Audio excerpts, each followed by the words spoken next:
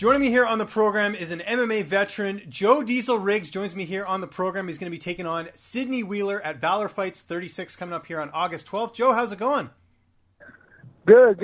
Thanks for having me. No, glad to have you here, man. I've been a big fan of yours for a while. It's great to get a chance to talk to you. And before I want to go all the way back in your career here. You have quite an interesting story. I know before you got into MMA, you were doing bodybuilding, and you were actually about 300 pounds. How did you get involved in combat sports? No, I wasn't doing bodybuilding. I was just fat shit. No, I wrestled my whole life, and I boxed since I was a kid. And then after I got to nationals in high school, I was fighting. I started fighting my senior year in high school. I started fighting in 2000. I started fighting my junior year in high school, like in 2000. And then during nationals and stuff like that in wrestling, I stopped fighting for a while. Then, so a little bit after wrestling, I just ballooned up, and then the more serious I got, I just lost weight. But I knew I was going to be a pro fighter since I was 10 years old. You know, I watched UFC when I was a kid, and then I didn't really have a good childhood, so. My dad put me in boxing and wrestling and just, kind of keep me busy, and I excelled at those. And, wanted to fight. I turned pro when I was 17. That's just pretty much all I wanted to do. Absolutely. And you've got quite the resume. I mean, if you look at your fights, you fought the who's who. One of your more interesting fights was 10 fights in. You fought referee Herb Dean way back in 2003. You submitted him in that fight. Has Herb actually reffed any of your fights after that, and has he ever held a grudge for that?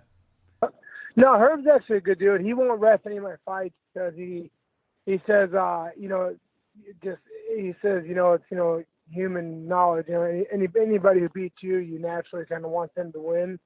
So he said it wouldn't be fair because he always wants me to win because I beat his ass. I mean, that's out of his mouth. He's a good guy. But before I fought Herb Dean, I beat Keith Jardine in my second fight ever. It was too early. It wasn't recorded. I had a lot of fights before they started keeping records.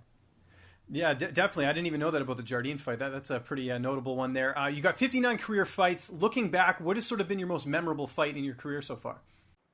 Probably my UFC debut when I was 20 or 21. It was a surreal moment. I mean, back then it was a lot harder to get in UFC than it is now. I got in, I went in, 15 my last 16 fights and knocking everybody out. And I got in. It was as a swing bout, and back then, the swing bout because all the fights were pay-per-view, so they could stick you in, in the undercard or anywhere there was time. So you have to pretty much warm up and be ready anytime they needed you, And it was my first fight in the UFC, so I was already overwhelmed. And it just so happened, the slot they put me in right after Vitor Belfort. Right after Chuck Liddell's fight, right before Randy Couture, Vitor Belfort. And it was a packed house at the MGM, so that was a pretty cool night. See, I thought you were going to say the fight against Eugene Jackson where you got to fight at the Playboy Mansion. That was pretty cool, right? I fought there a couple times. Yeah, it was cool. It was my wife liked it more than me. Not because she liked girls or anything. She watched those stupid ass shows with the girls on it. So right, Girls Next Door. It was cool. Yeah. Hey, it was weird. I fought the Playboy Mansion. There was this fucking bird that I had slapped the bird around when I was getting ready to make my entrance because they have like these wild animals roaming around, and this bird attacked me. I had to kick the shit out of it before I kicked the shit out of Eugene Jackson. Those are the days for sure. I think most people probably remember the whole story with you and Nick Diaz, getting into the fight at the hospital. I've always wanted to know, though, is there still bad blood between you and the Diaz brothers? Did you guys ever resolve that, or is that still, you guys still kind of on bad terms? Every time the UFC here in Phoenix a year and a half ago, every time I see him, we almost get in a fight. But he'll always start something. Like he'll like walk by and throw water at me. Nobody sees it, but they just see me retaliate. But in Phoenix, I started off by kicking him in the ass, but everybody saw that, so I look like a dick. But yeah, we hate each other, man. He's a fucking. I like watching the guy fight, but he's a true blue piece of shit. Oh, gosh, I love it. I love it. Let's talk about this, deal with Valor Fights. How did this sort of all come together?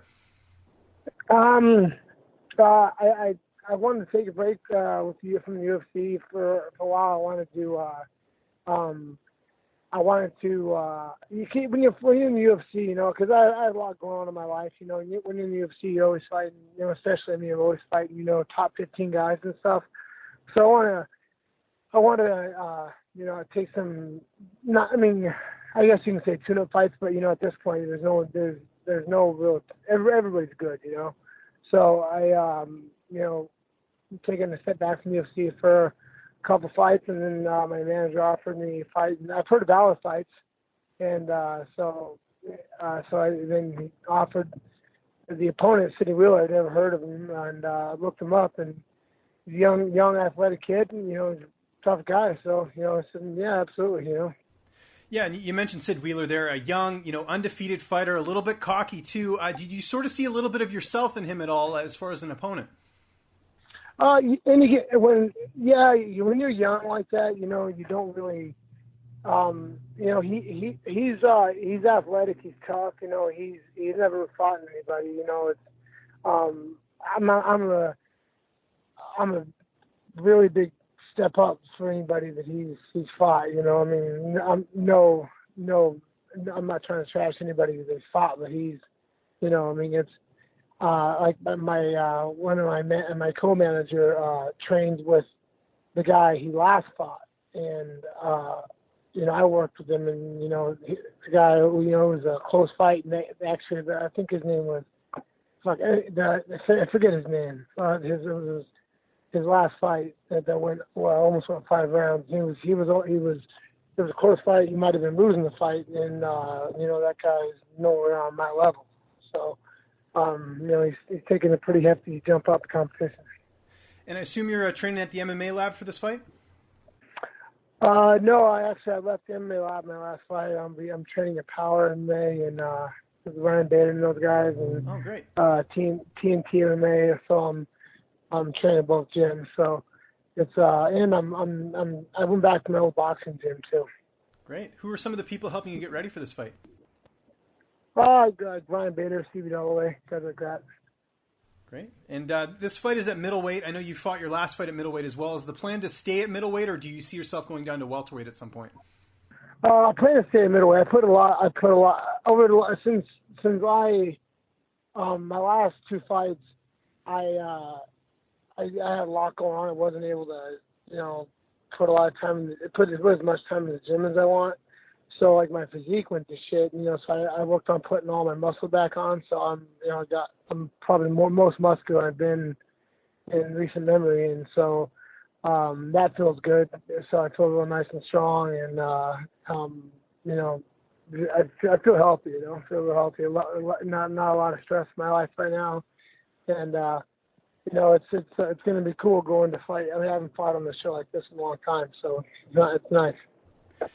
Without going into too much detail, obviously, what were some of the distractions you mentioned there that you said you were dealing with in your last couple fights?